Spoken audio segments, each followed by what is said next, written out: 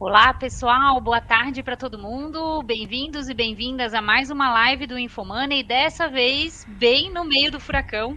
Hoje a gente vai conversar sobre o que fazer com os investimentos diante de toda a volatilidade dos mercados que se aprofundou nessa semana. Quem está com a gente hoje são o Rodrigo Marcati, sócio-diretor da Veda Investimentos, e também o Rodrigo Sgavioli, que é head de alocação e fundos da XP. Sejam bem-vindos os dois e acho que vale a pena a gente começar essa conversa ligando aqui os pontos do que está provocando toda essa volatilidade, né?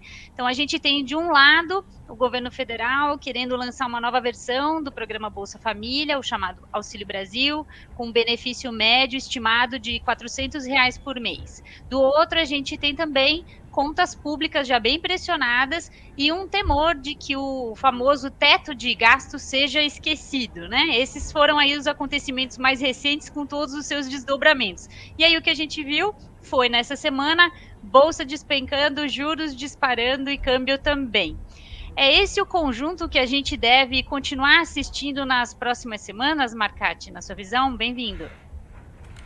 Olá, boa tarde. Obrigado pelo convite. Prazer estar aqui tentando ajudar a todos que nos assistem aqui a ter um pouco mais de clareza sobre toda essa situação.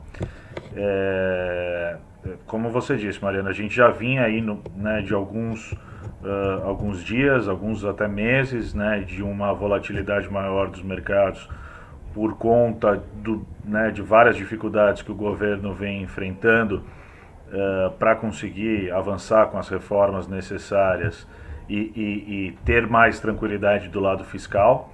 Né? E aí nessa semana, né, além de não ter conseguido avançar nesses últimos meses, o governo partiu aí para uma tendência né, de aumentar o gasto público, né, convenceu o ministro da Economia, o Paulo Guedes, aparentemente convenceu, né, de não tentar travar essa agenda mais, vamos dizer, né, populista, no sentido de aumentar auxílio emergencial, de aumentar a quantidade de pessoas assistidas pelo auxílio emergencial, ou seja, de que por conta da pandemia, né, por conta da crise econômica que a gente está enfrentando, justifica então a gente talvez temporariamente perder esse alicerce fiscal conhecido como teto de gastos que foi criado lá em 2017.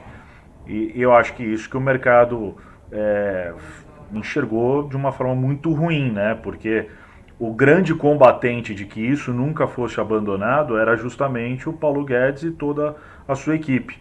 Né? E aí ontem a gente já viu no começo do dia o Paulo Guedes aceitando esse discurso de que de fato era necessário aprovar esses investimentos, esses auxílios, de que, enfim, né, era uma questão política importante. E aí no final do dia parece que a equipe começou a rachar, né? Hoje amanhecemos aí o dia com bastante ruído, né, sobre a possibilidade do Paulo Guedes ficar ou não, né? Isso trouxe uma volatilidade enorme. Acredito que isso, né, que esse motivo, esse ruído deva diminuir ao longo dos próximos dias.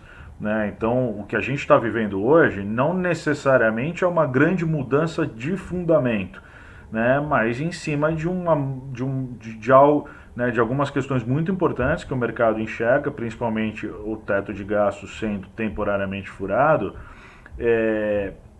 e uma mudança de postura do Paulo Guedes, trazendo uma incerteza muito grande, sem dúvida. Né? E aí começa uma aversão a risco em todos os ativos. Né? A Bolsa melhorando um pouco agora, mas né, teve uma queda muito forte ao longo do dia.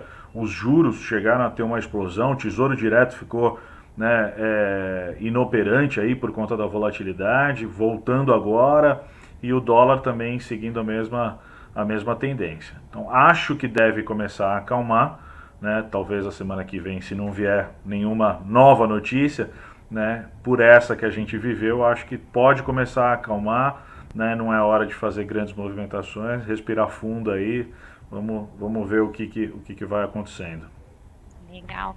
Sgavi, bem-vindo, você também. Queria saber sua visão aí sobre o que a gente deve ver nesses próximos dias, nas próximas semanas, com relação aos principais ativos. Legal. Vamos lá. Acho que sempre é importante ter muita parcimônia, né? Recentemente, até quando nós tivemos os eventos ali no pós-7 de setembro, nós soltamos aqui um relatório, enfim, falando um pouco sobre como navegar em cenários de maior incerteza. E incerteza no mercado financeiro se traduz geralmente em volatilidade, né?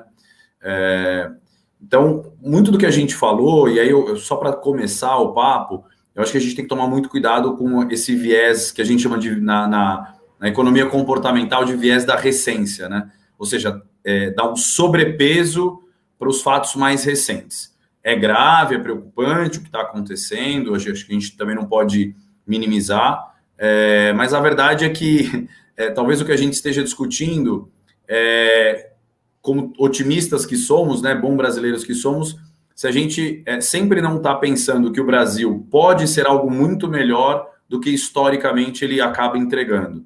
Então, o que talvez eu comece a acreditar é que a gente vai rumar para ser aquele Brasil de juros, não historicamente como a gente via, né, ali 20, enfim, mais alguma coisa aí que sempre flerta com os 2 dígitos, o juro nominal, o juro real, longe de ser aquele juro real que estava de até negativo, né, -1, 0, então um juro real dessa natureza, enfim, câmbio também, enfim, o real, ele dificilmente consegue aí performar frente ao dólar, dado todo o problema que a gente tem aqui, né, e está se exacerbando com questão fiscal e tudo mais. Então, se eu fosse olhar esse curto, médio prazo, Mariana, eu diria que sempre a cautela é importante, porque nenhuma carteira de investimentos a gente deveria fazer mudanças muito abruptas, né? Até mesmo para sair de algum mercado, o ideal é que você tente sair com o menor prejuízo possível.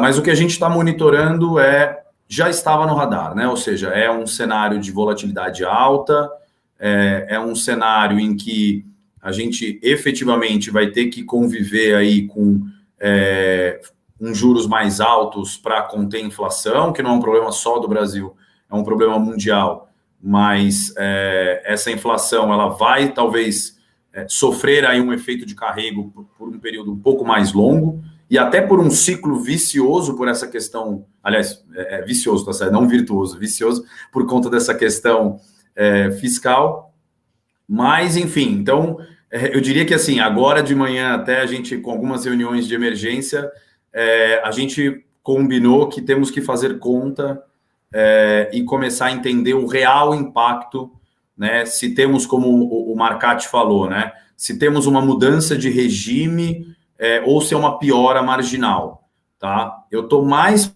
para dizer aqui que a gente efetivamente está acreditando até numa mudança de regime do que uma piora marginal. E que está tudo bem, ou seja, mas aí você precisa entender o que é esse novo regime político, econômico, fiscal, e o impacto disso nos indicadores econômicos, e aí depois o impacto disso nas classes de ativos e nas carteiras de investimento, tá? Então, eu tentei dar uma passada geral aqui. E o que te parece que é, em resumo, esse novo regime, Sgavi? Acho que no primeiro deles é perceber que aos 45 do segundo tempo, como o Marcati também falou, um governo que segurou aí a bandeira do compromisso fiscal até onde deu, enfim, por determinadas pressões, e sem dúvida a pandemia tem a sua contribuição para isso, né? Enfim, uma série de fatores, mas que ele abandona de vez o compromisso, né? A rigidez com o compromisso fiscal, às vésperas aí, não tão às vésperas, mas faltando um ano praticamente cravado aí para as eleições. E quando a gente começa a olhar o provável comportamento nos próximos 12 meses, 24 meses dos juros, do câmbio e dessas principais variáveis, a gente já não consegue mais falar, por exemplo, em juros de equilíbrio, juros reais de equilíbrio perto de 3 ou 4, pelo menos para esse curto, médio prazo. Está muito mais para um 4, 5 até 6. A gente está falando de um juros, talvez, para o final do ano que vem, mais até por um 12 do que por um 10, uma taxa Selic, né? Então, assim, acho que, de novo, não tem pânico, mas tem uma mudança de regime, tem uma mudança de forma como a gente vai encarar o cenário macroeconômico no geral, né? E a despeito, tá, Mariana, de dizer que, de novo, tá? Acho que você até falou um pouco disso. O micro, as empresas, elas estão relativamente bem até, né? Eu diria que a gente vai entrar na temporada de balanços aqui, elas estão relativamente saudáveis. E se você quiser, depois a gente até explora um pouco mais isso. Mas começa a pesar cada vez mais, né? O cenário de longo prazo, porque isso aumenta custo de capital, aumenta custo de endividamento geral das empresas, enfim. Então, mas tem oportunidades, né? Acho que, como sempre, esse Brasilzão de meu Deus, ele cria dificuldades, mas a gente consegue sempre enxergar oportunidades, senão eu, Marcati e os nossos clientes, a gente estava perdido aí. Tá certo. Pois é, num dia de estresse mais forte, né, como foi o caso hoje, está sendo ainda, mas agora já um pouco mais amenizado, né, o que a gente percebe na Bolsa é que alguns papéis, o Ibovespa de modo geral cai, mas alguns papéis vão especialmente mal, né. Hoje pela manhã era o caso de GetNet, Banco Inter, Localweb, até Grupo Soma também estava com uma queda mais expressiva, né? Muitos desses papéis são de IPOs recentes, empresas que chegaram faz pouco tempo na bolsa, né? Eu queria entender um pouquinho qual que é a perspectiva para esse tipo de ação e, de outro lado, também que tipo de ação que eventualmente consegue segurar melhor essa onda. Marcati, você quer começar com essa resposta? Podemos tentar. Vamos lá. Eu acho que assim, a gente, né, nesse momento de pânico, a gente sempre vê os papéis de primeira linha, os mais líquidos, né, as blue chips, elas tendem a ter uma performance, às vezes, né, menos ruim, porque assim, muitas delas, aqui no Brasil, né, principalmente, são lastreadas, né, em commodity, e aí não teriam por que sofrer tanto, né? Assim, uma vez que a gente está vivendo um ciclo de commodities de alta, né? Quase todas batendo recorde, e que também são empresas que se beneficiam desse dólar valorizado, né? Porque são exportadoras ou grande parte, ou algumas, como Suzano, por exemplo, quase que totalidade da receita advém do câmbio, né, da exportação. Então ela tem benefício na veia desse câmbio mais alto, uma vez que a matéria-prima é local e a receita vem lá de fora. E hoje, inclusive, estava indo super bem, né, pela manhã. Vale, papel e celulose, exato, estava defendendo bem.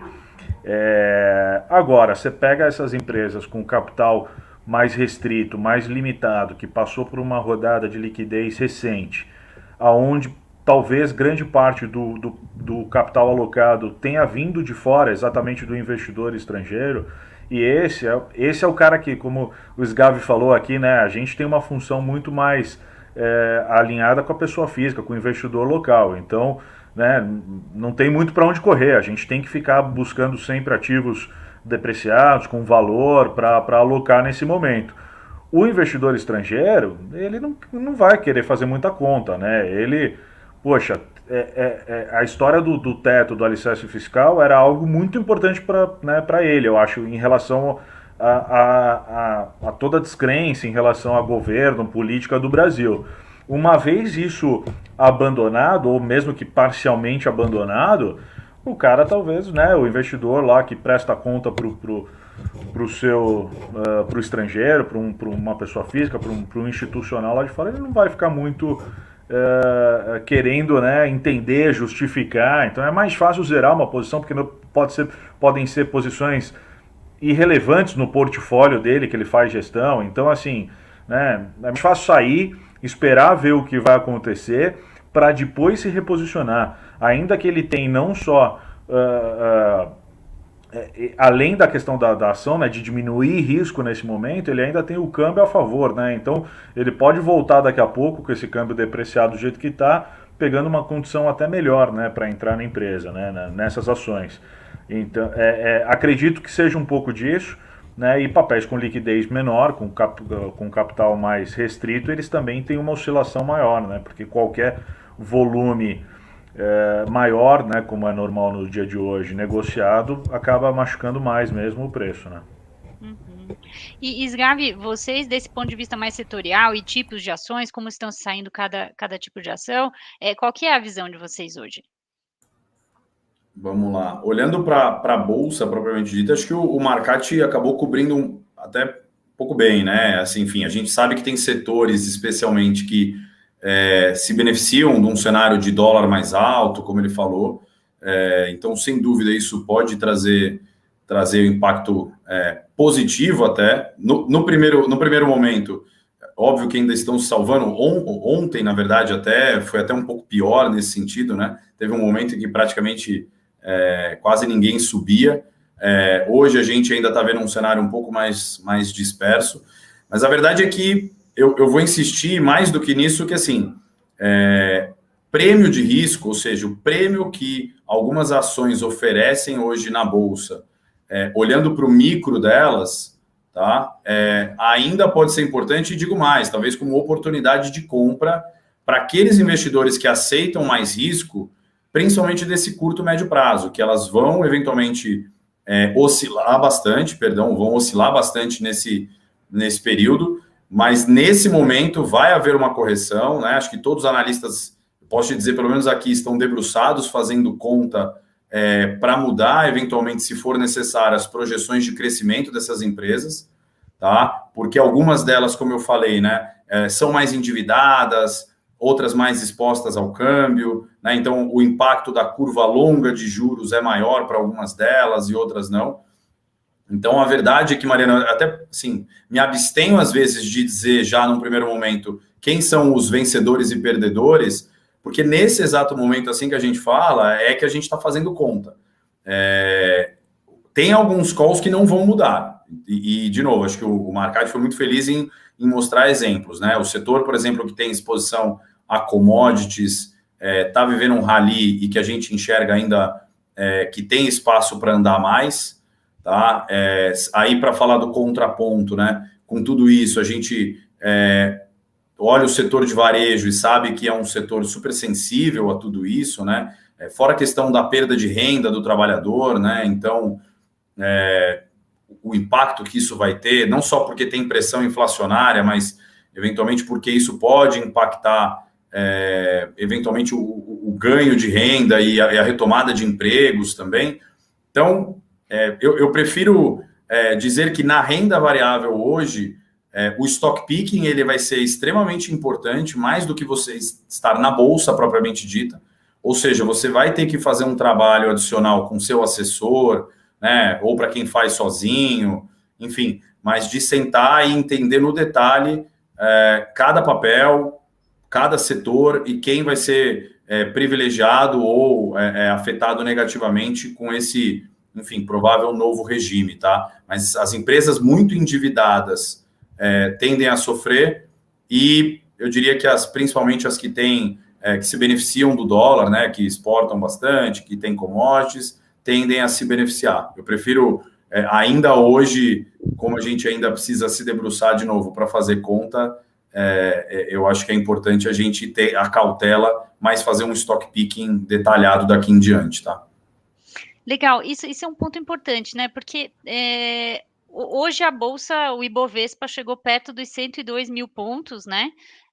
Pela manhã, sendo que o Ibovespa já tinha estado ali nos 130 mil não tanto tempo atrás. Então, um investidor, né, que pensa nisso como uma oportunidade, enxerga aí com clareza que eventualmente tem um espaço para voltar a subir em algum momento, né? A minha pergunta para vocês faz sentido comprar bolsa hoje, né? Hoje, digo, nesses dias, né? Em que a gente está vendo realmente um Ibovespa bem depreciado, porém com uma volatilidade bem grande, ou nesse momento é hora só de ficar observando mesmo, assim, na visão de vocês, Marcati? Tudo depende do intuito do investidor, né? O horizonte dele de investimento, né? A gente A gente saiu nos últimos 2 anos de menos de 1 milhão de investidores, pessoas físicas, né, na Bolsa, para 4 milhões, se eu não me engano, o número próximo aí atualizado. Fora os que investem através de fundos de investimento, que dá mais uma quantia razoável. Né? Culturalmente, para o brasileiro foi uma mudança grande.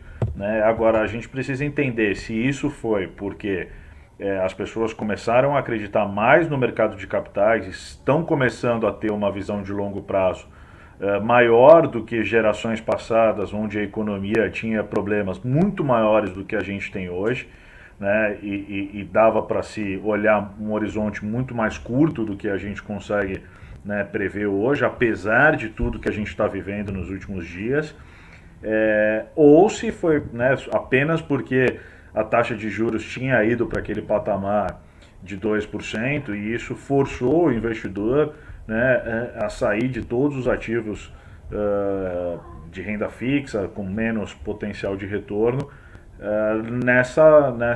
nesse oba-oba que pode ter se tornado a Bolsa nesse momento. Para o investidor de longo prazo, né, para esse que já investe na Bolsa há algum tempo, que conhece um pouco da dinâmica dos mercados e que se mostrou, né, bem disciplinado ano passado, ao longo da crise, é uma baita oportunidade, sem dúvida nenhuma, é o que o Sgar estava falando, né? Você tem múltiplos negociados hoje na Bolsa e talvez em dólar, né? O que aumenta ainda a depreciação, né? Que são muito atrativos, né? Que não tem hoje poucas bolsas no mundo com preço parecido, né? Lembrando que a gente é um país, né, com uma democracia, que a gente é um país com um mercado de capitais entre os emergentes um pouco mais desenvolvido, mais líquido. Então acho que sim, que para quem tem, né, de novo, uma visão de longo prazo, não está preocupado com a oscilação diária da sua carteira, né, se tiver caixa, se tiver espaço para aumentar a alocação em bolsa, ou se tem alguns ativos que dá para a gente fazer uma recomposição, uma realocação aumentando bolsa nesse momento, acho sim que é uma baita oportunidade. Né? Isso está no livro-texto dos grandes gestores, né? Para a gente comprar o som dos canhões e vender o som dos violinos. Né? Eu acho que agora a gente está vivendo exatamente esse momento aí dos canhões. Agora, para quem não consegue dormir sossegado, para quem olha o aplicativo lá, a sua posição, várias vezes ao longo do dia e sofre com a carteira rendendo menos meio, menos 1 no curto prazo, sugiro ficar de fora aí, porque os próximos 12 meses vão ser... a gente já imaginava, já vinha falando isso, já estava no nosso discurso aqui, né, Sgav? Aumentar a posição internacional, aumentar a diversificação, proteger carteira, porque a gente sabia que esse período que estava começando de eleições ia ser tenso.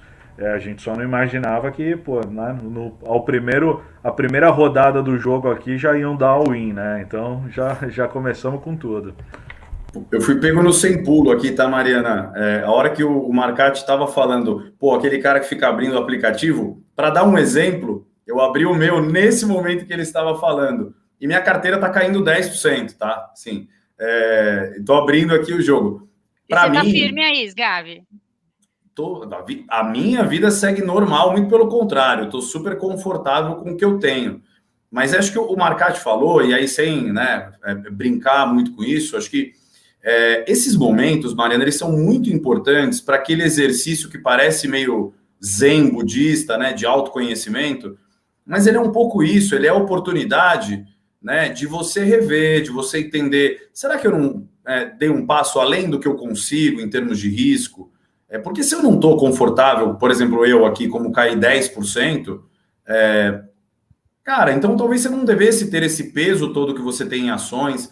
Eu vejo pessoas também, só para ser polêmico aqui, discutindo Bitcoin e tudo mais. Cara, se você mal aguenta renda variável, a volatilidade de uma criptomoeda, não estou dizendo que não tem que ter, mas ela é 3 vezes a volatilidade da renda variável, sabe, da bolsa, com potenciais ganhos até muito maiores. Mas, então assim, calma, vamos falar do que tem que ser falado. reavalia seu portfólio, reavalia o tamanho que está a renda variável na sua carteira. Talvez até se você chegar na decisão de que tem que reduzir, vê se é hoje, vê se você consegue sair com lucro de preferência. Se não conseguir uma pequena perda, tudo bem. Mas para onde você vai? Você vai para o caixa?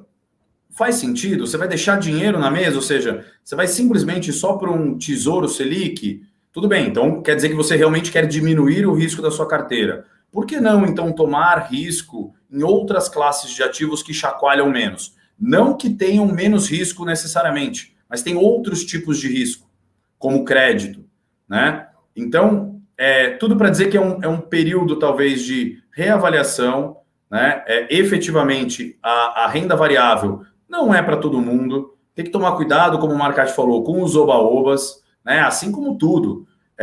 O mais importante, se todo mundo conseguisse, é a tal da disciplina.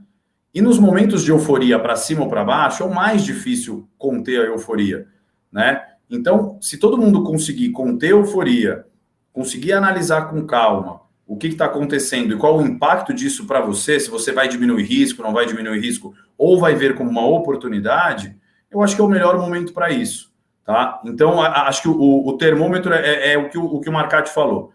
Se não conseguir dormir com isso, reveja. Cara, se incomodar, mas você consegue dormir, a noite é boa, tranquila, deixa chacoalhar, assim, faz parte do jogo. Se você investiu nisso sabendo que isso poderia dar um retorno maior e no meio do caminho ia chacoalhar, tá tudo bem.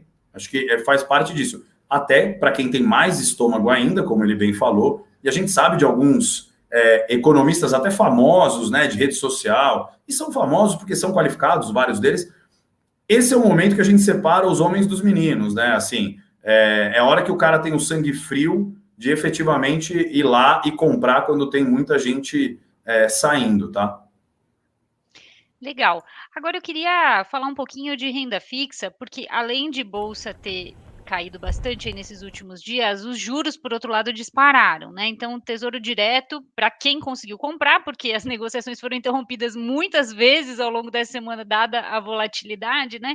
Lá no Tesouro Direto, as taxas dos pré-fixados chegaram a ficar um ponto e meio percentual mais altas do que na segunda-feira, né? Hoje elas estão um ponto e meio, ou até mais altas do que na segunda.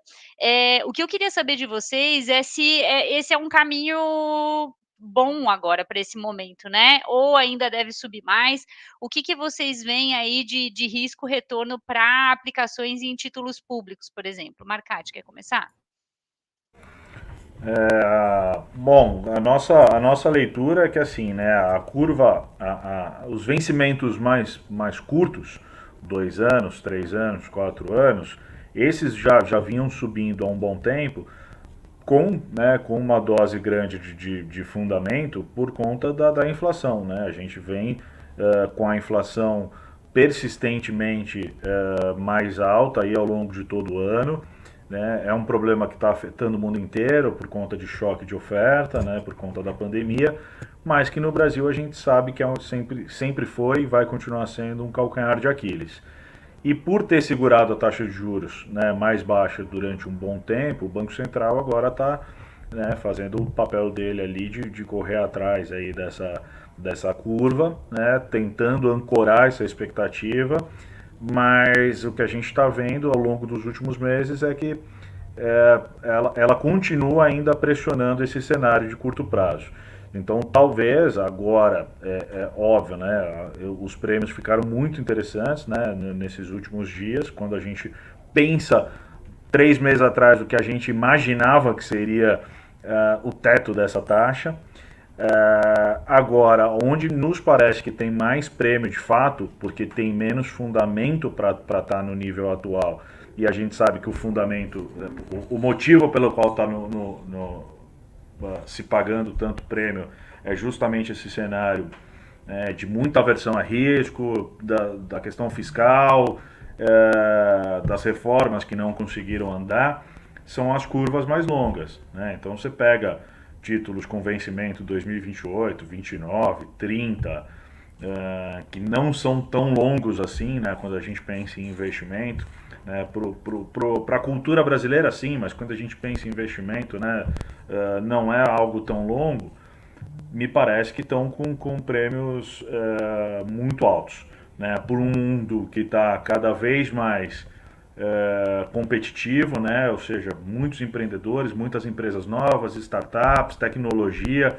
Isso é um processo, esse modelo, né? Essa dinâmica econômica, ela é uma dinâmica deflacionária, né? A gente já vem acompanhando isso no mundo ao longo dos últimos anos, né? A dificuldade com que os países mais desenvolvidos têm em conseguir gerar inflação, né? Alemanha, Estados Unidos, Japão, né? Porque é onde se vive muito mais presente essa questão da mudança econômica, da matriz econômica, e de alguma forma isso assim, impacta também os países emergentes. Então, pensando nesse cenário de longo prazo que só tende a acelerar, só tende a ficar mais forte, a gente imagina que a inflação vai acalmar, vai voltar para um patamar mais razoável, né? A gente vai buscar esses juros de equilíbrio aí que o Sgavi falou, mais próximo de 6%, no máximo 7%. Então, teria muito prêmio, né, nessas curvas de juros, pode ser crédito privado, pode ser para quem está acostumado já, ou menos acostumado, um título público, que é mais fácil de entender a dinâmica. Eu acho que pode ser um momento interessante, sim, de fazer a alocação nesse tipo de produto. Legal.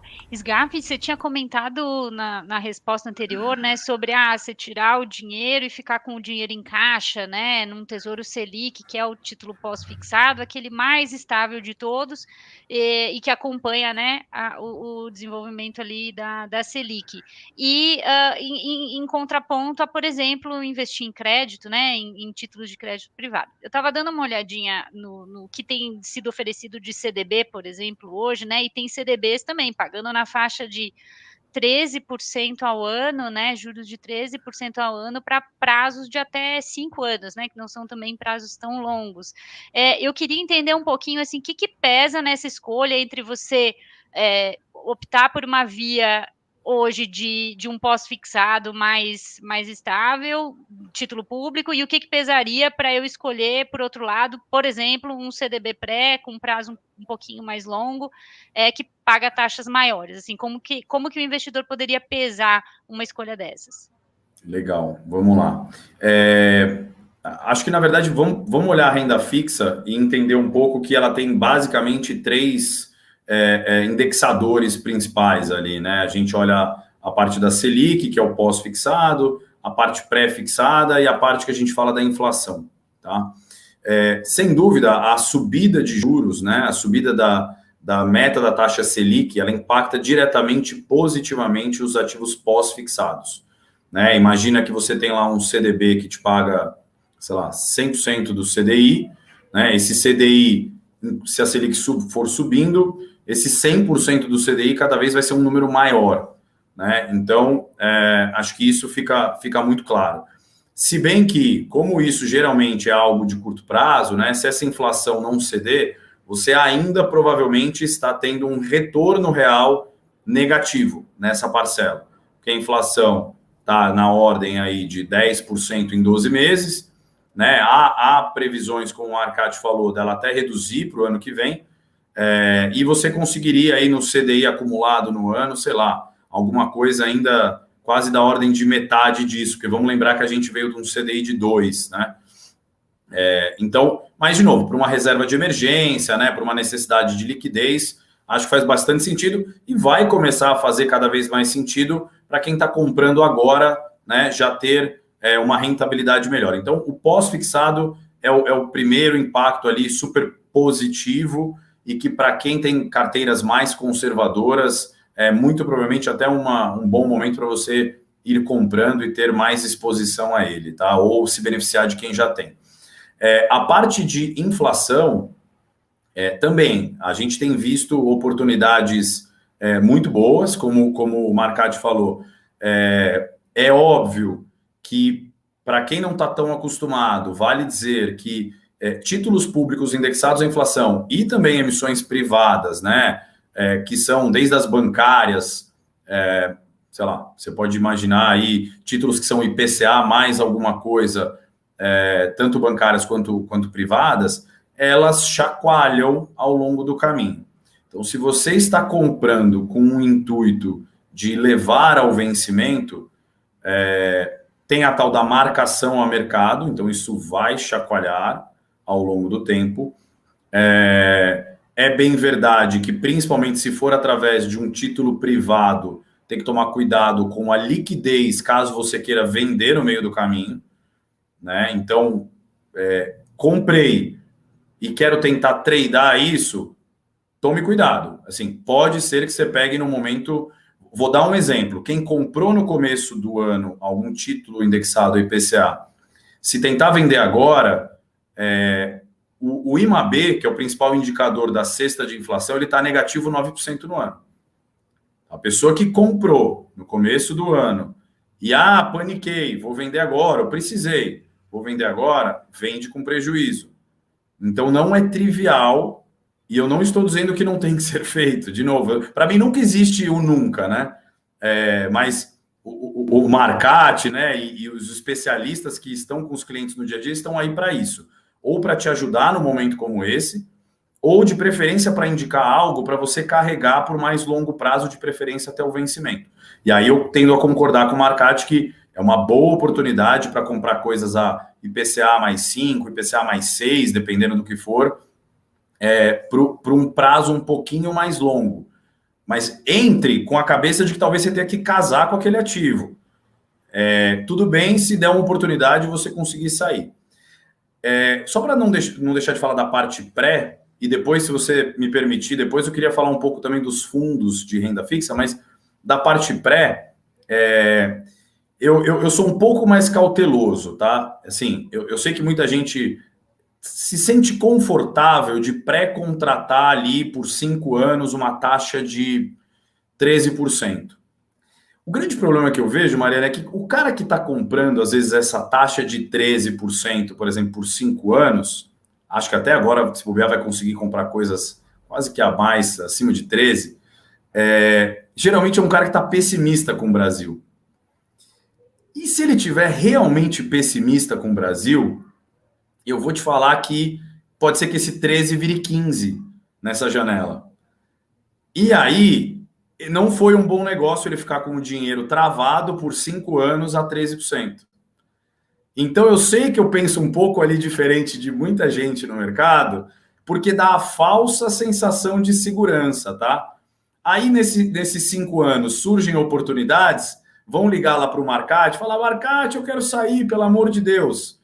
A bolsa está barata agora. Cuidado, porque aí muito provavelmente você vai sair com prejuízo. Então, eu tomo muito cuidado para alocação em pré, principalmente para quem está pessimista, porque talvez esse 13% esteja muito abaixo do que pode ser nesse cenário tão ruim que você está achando de Brasil. E só para falar um pouco também de um outro veículo, um outro jeito de aplicar em renda fixa, que eu tenho visto as pessoas ainda pensarem pouco, pensa que essas emissões privadas, todas que a gente está falando, elas podem ser geridas por um terceiro, que é um gestor de fundos, né? As empresas, como a gente até comentou, muitas delas estão com seus balanços saudáveis, tá? Estão bem, devem até, agora nesse último TRI, rolar eventualmente dívidas que precisem para evitar fazer isso no ano que vem. Então, vão ainda conseguir rolar a taxas mais razoáveis, né? Um cenário um pouco menos conturbado do que um ano de eleições. E aí, existem os tais dos fundos de renda fixa de crédito que te fazem o seguinte, olha, eles compram vários desses títulos de 5 anos, 3 anos, às vezes via título público, via emissão privada, e te oferecem uma liquidez D30, D60, para que você tenha uma porta de saída. Então, ele fica incumbido, né, de fazer uma carteira pulverizada de vários desses ativos e te oferecer ali um retorno de CDI mais 1, 2, 3%. Né? Então, só a provocação que eu quero fazer se você está com dinheiro numa classe que está chacoalhando, está te incomodando, mas você quer continuar buscando retornos excedentes, você não quer só ir para a caixa, por que não pensar num fundo de renda fixa de crédito que a gente chama de high grade, né?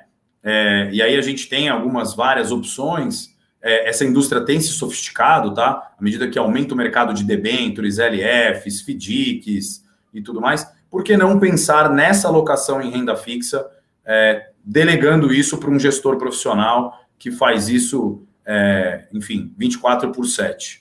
Então, acho que eram essas minhas pontuações em renda fixa, para ser um pouco conciso aí. Legal, esse ponto que você comentou, né, Sgarbi, das empresas que eventualmente vão rolar suas dívidas, essa é uma dúvida que eu tenho, né, porque a gente viu muitas empresas aproveitando, né, o ano passado e esse ano também para emitir debêntures, por exemplo, né, a gente viu bastante emissão de debêntures saindo com taxas atrativas, com oferta para a pessoa física, né, investir, com prazos um pouco mais alongados, né, em alguns casos, em outros não tanto. Mas eu fiquei me perguntando se com juros subindo, esse ambiente ainda vai estar propício para essas empresas continuarem emitindo e se essa vai ser uma classe a qual a gente deve ter acesso ainda bastante, né, nesses próximos meses. Gabi, qual que é a sua visão? Pelo que você comentou antes, eu entendi que na sua visão isso deve permanecer. Do que a gente acompanha, e sendo muito honesto, eu não sou o especialista em renda fixa, né? Assim, mas a gente, óbvio, precisa se debruçar o tempo todo sobre essas questões. O que nós temos visto, tá? E eu acompanho principalmente muito sob a ótica da nossa área de renda fixa, mas também dos próprios gestores e que a gente majoritariamente tem aí relacionamento. Sim, é um cenário mais complexo para elas, tá? Mas a gente tem alguns jargões no mercado e esse acho que vale, que é o seguinte: se o cenário para frente ele é muito pior, principalmente quando a gente olha para 2022, muitas dessas empresas talvez prefiram fazer o que tem que ser feito em termos de rolagem de dívida muito mais para agora do que para o ano que vem. Entendi. Então, esse último TRI me parece que é um TRI onde a gente vai continuar nessa toada. Se você me perguntar para o ano que vem, aí eu ia dizer, putz, Mariana, aí eu acho que não. Talvez ali ainda refletindo no comecinho de 2022, mas se você me perguntasse, eu acho que esse último TRI, ele ainda vai ser, vai continuar a toada de emissões primárias, né, principalmente importantes, com spreads menores, né, ou seja, os spreads vêm sendo comprimidos, não, a gente está acompanhando, ainda estão maiores do que pré-pandemia. Para você ter uma ideia, os spreads das debêntures, se eu não me engano, fechou no mês passado na casa aí de 1,80 mais ou menos, CDI mais 1,80, né? Pré-pandemia, a gente estava ali na casa do CDI mais 1,3. Chegou num pico... Esse spread é a diferença entre a rentabilidade que a debênture oferece e a que o título público equivalente ofereceria, né? Perfeito. Ótima explicação. Então, esse spread de crédito, ele vem fechando,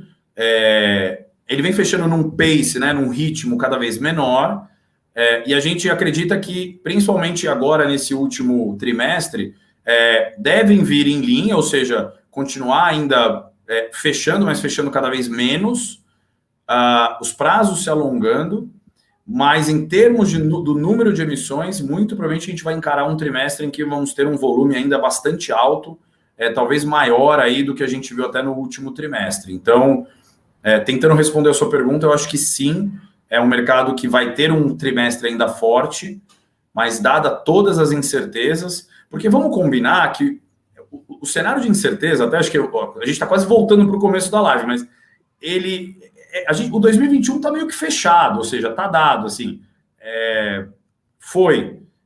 todas essas pioras são mais contratações para o ano que vem, na verdade. O PIB desse ano provavelmente está dado, né? A taxa de juros desse ano, talvez 50 bips, 1 bip a mais, 100 bips a mais para cima, no máximo, mas está dado. O pior é para o ano que vem, né? PIB, se era magro, talvez seja zero ou negativo, juros talvez maior ainda. Então, tudo para dizer que eu acho que nessa hora as empresas vão preferir talvez fazer as emissões ainda nesse final de ano, ainda nos próximos meses, do que jogar para o ano que vem, ano eleitoral, ano em que os impactos de todas essas medidas fiscais de aumento do teto vão causar talvez sequelas um pouco piores, tá?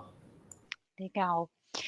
Pessoal, um assunto que eu queria tratar aqui rapidamente, para a gente começar a nos encaminhar, já estamos conversando há um bom tempinho, é sobre câmbio. Marcati, investir em dólar costuma ser considerado uma alternativa para proteger a carteira, porque, em geral, quando bolsa cai, dólar sobe e vice-versa, né? Só que o dólar já subiu tanto, né? Hoje o comercial estava mais cedo ali em 5,67, que começa a bater aquele receio de apostar na moeda nesse momento. Né? Será que continua subindo mais ou será que já vai inverter o quadro, né? Qual que é a recomendação de vocês hoje para quem está com essa dúvida? Bom, vamos lá. O lado bom dessa live aqui é que desde que a gente começou aqui, Sgavi, a gente ficou pedindo calma para os investidores, parece que eles estão nos ouvindo. Aí, o mercado está praticamente no 0 a 0 agora, o dólar já está negativo, então tá funcionando. Vamos continuar aqui que a gente ainda vai fazer a bolsa subir hoje.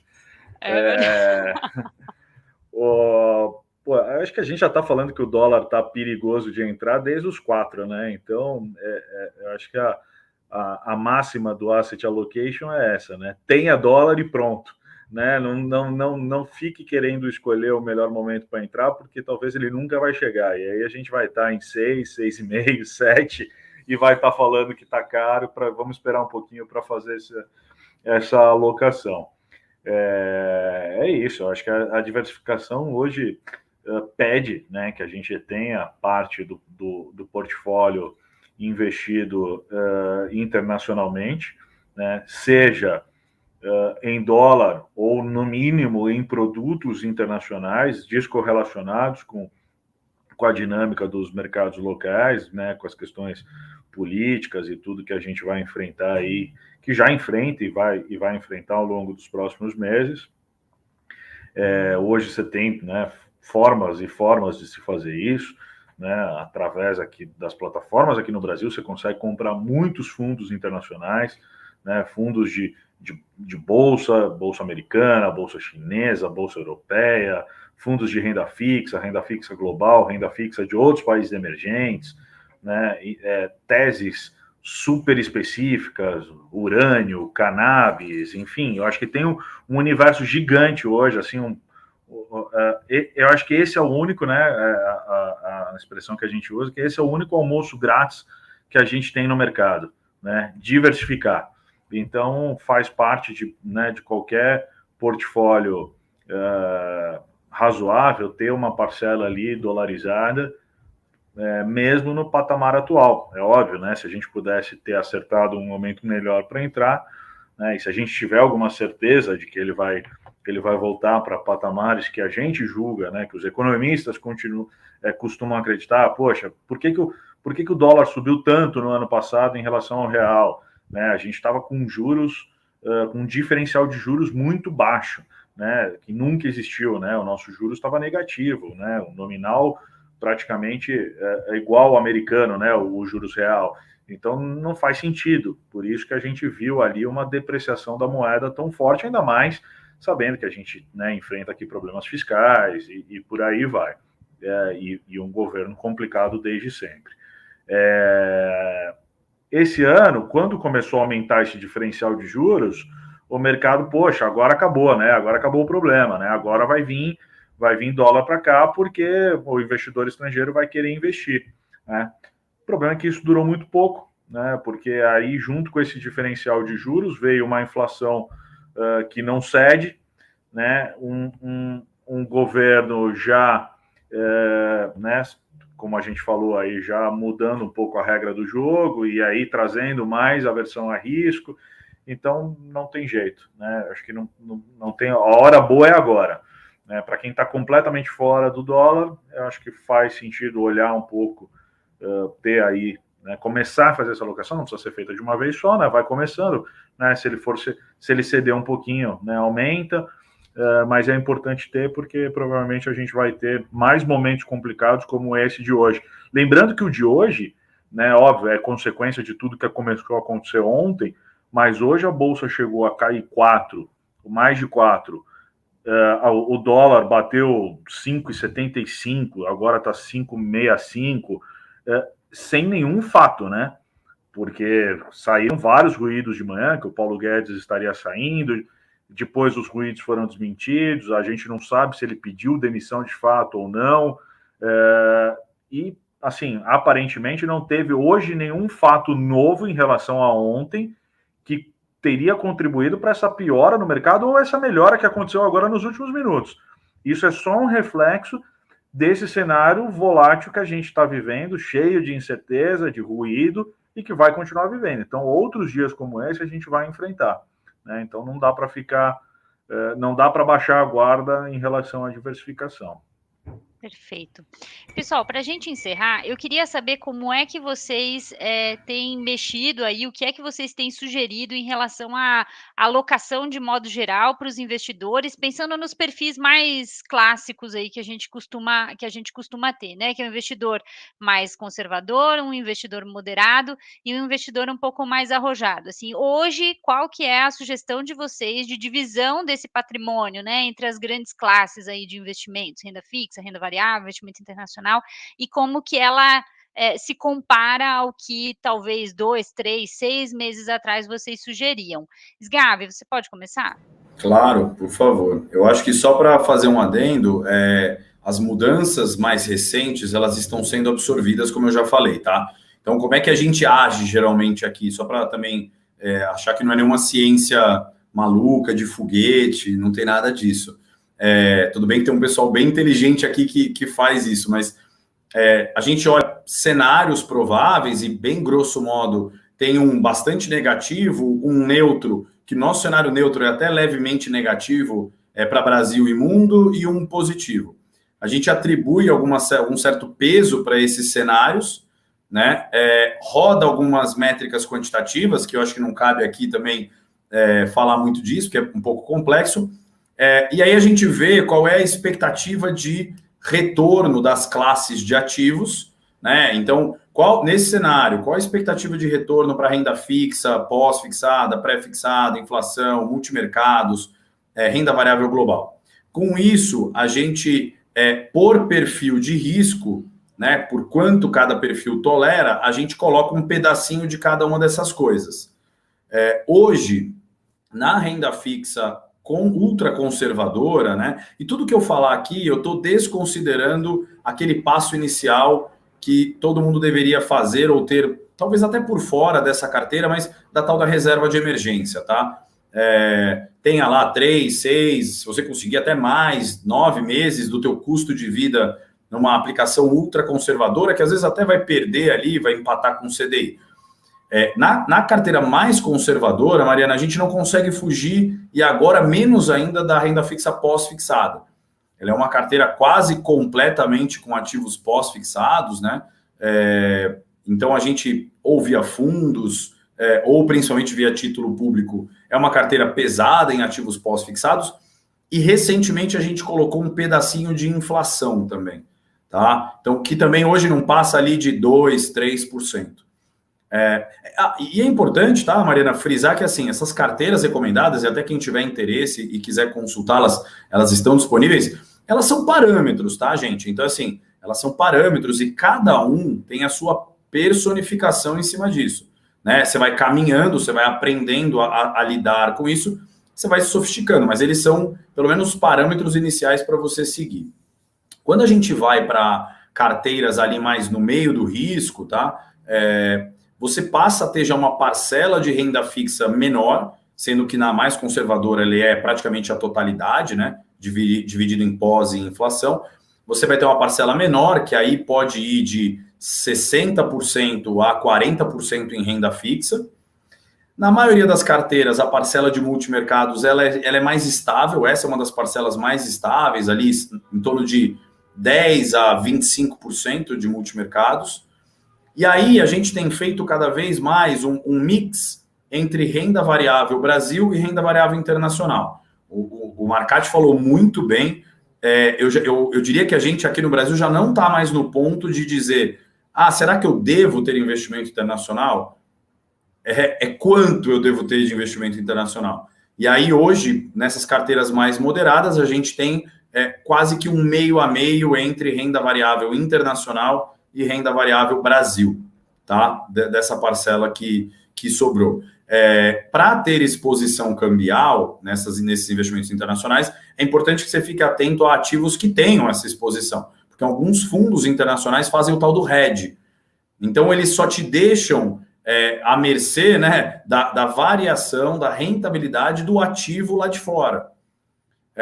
Se você quer também estar exposto ao dólar, que eu recomendo que você tenha pelo menos uma parcela, porque a gente sabe que é uma moeda que tende a performar melhor que o real, vale a pena você não procurar ativos redeados, tá? Ativos não redeados. Nas carteiras mais agressivas, aí o peso da renda fixa cai para alguma coisa como 20%, a depender, né? Nós temos carteiras aqui até que praticamente não tem renda fixa, é só carteira de renda variável. E aí o peso da renda variável Brasil, pasme você, Maria, ela está maior do que da renda variável internacional. Mas deixa eu só explicar rapidamente o porquê. É porque a renda variável internacional, ela está, principalmente em algumas localidades do globo, enfim, já caminhou bem. Tem prêmio, né? Tem ainda para andar, mas os mercados internacionais já andaram bastante. Então a gente está um pouco mais cauteloso. No Brasil, até porque a coisa está ruim, você entende que as ações pagam mais prêmio para virar para o investidor e falar, investe em mim, né? Ou seja, vou te dar mais prêmio, investe em mim. Mas a contrapartida disso é que vai chacoalhar mais. Só que o prêmio das ações, né? Só para a gente ter uma ideia, assim, os múltiplos aqui da Bolsa Brasileira estão perto de 7, 8, tá? O múltiplo histórico da Bolsa Brasileira, até quando o juro, sei lá, em 2014, 15, estava em 15%, era de 10, 11. Então tem espaço para ganho, né? 10, 15%, talvez esse número por ano daqui a pouco vai empatar com o CDI, verdade, mas ainda não empata. Então, para quem quer ter um ganho na renda variável dessa ordem no médio prazo, vale a pena ter um investimento. Para quem tem apetite a risco, vale a pena ter essa exposição em renda variável Brasil e aproveitar até para comprar agora, tá? Legal. Marcati, lá na Veda, como que tá a recomendação de vocês? Eu acho que está muito parecida, tá? Assim, a única, como o Sgabi falou, né? Isso é só um norte, né? Até porque só é possível a gente seguir 100% à risca o que a gente está recomendando hoje por uma carteira nova, né? Para alguém que está abrindo a conta e mandando dinheiro hoje, né? Para aquela pessoa que já está alocada, não é uma dinâmica tão simples e às vezes nem faz sentido do ponto de vista tributário e outras taxas. Toda vez que a gente tiver uma revisão, né, nos percentuais, a gente sair realocando inteira a carteira, né? Isso vale para dentro dos, né, se a pessoa tem um fundo exclusivo, aí é tudo mais fácil a dinâmica. Mas para as carteiras tradicionais de investidores, pessoas físicas, o importante é não descolar muito daquela recomendação, né? daquela orientação. Então, a gente vai tendo, ao longo do ano, essa dinâmica de ir conversando e tentando equilibrar, né? Aquilo que às vezes andou muito, tentando diminuir a participação, né? Realocando nas classes que a gente passou a acreditar mais. Então, né, renda fixa veio ganhando mais espaço, os títulos indexados à inflação ao longo do ano foram aumentando de tamanho dentro das carteiras, a gente foi diminuindo um pouco de risco Brasil, aumentando um pouco de risco internacional, então é esse o comportamento, né? Os fundos imobiliários também, que é um ativo que caiu, né, voltou a ser um dos principais ativos da carteira do investidor pessoa física nos últimos anos. Esse ano está sofrendo um pouco, principalmente por conta, né, começou lá com a história da reforma tributária, que depois deixou de ser um problema para os fundos imobiliários, mas segue ainda aí com uma pressão um pouco maior por conta da alta taxa de juros, né, que passa a ser uma comparação direta com o que o investidor faz. E hoje a gente já olha assim, então, assim, a gente foi realocando dentro dos fundos imobiliários, dentro dos diferentes tipos de fundos imobiliários, esse valor, e hoje a gente está voltando de novo lá para lajes comerciais, que parece que estão, né, as lajes corporativas, que parece que estão com preços já bastante atrativos, enfim. Né, então essa é a dinâmica, é a revisão contínua do portfólio, sem descolar muito dos percentuais, das caixinhas, né, que a gente olha, né, multimercado, renda fixa, renda variável, Brasil, exterior, produtos alternativos, né, mas dificilmente a gente bota, né, tem que ser isso, ou vamos, né, exatamente nesse percentual, porque o negócio é muito dinâmico, né, o mercado está mudando numa velocidade muito rápida, como você falou, Mariana, no começo, né, até maio a gente estava praticamente vivendo na Suíça, com a Bolsa batendo recorde, 130 e poucos mil pontos, e agora a gente voltou a ser latino-americano, né? Então, é muito, muito rápido aí para a gente ter que mexer nos produtos obrigatoriamente, né? Perfeito. Pessoal, muito obrigada aqui aos dois Rodrigos, o Sgavioli da XP e o Marcati da Veda. Agradeço a vocês pela participação aqui na nossa live. Obrigado, Mariana. Obrigado. Obrigado, Bom final de Rodrigo. semana a todos. Para todo mundo. E, pessoal, quem está nos assistindo, convido a vocês para acompanharem os próximos desdobramentos aí de todos esses temas que a gente tratou aqui nessa live. A gente agora está com uma cobertura de mercados ao vivo também disponível lá para vocês acompanharem e entenderem os movimentos do mercado. Até a próxima.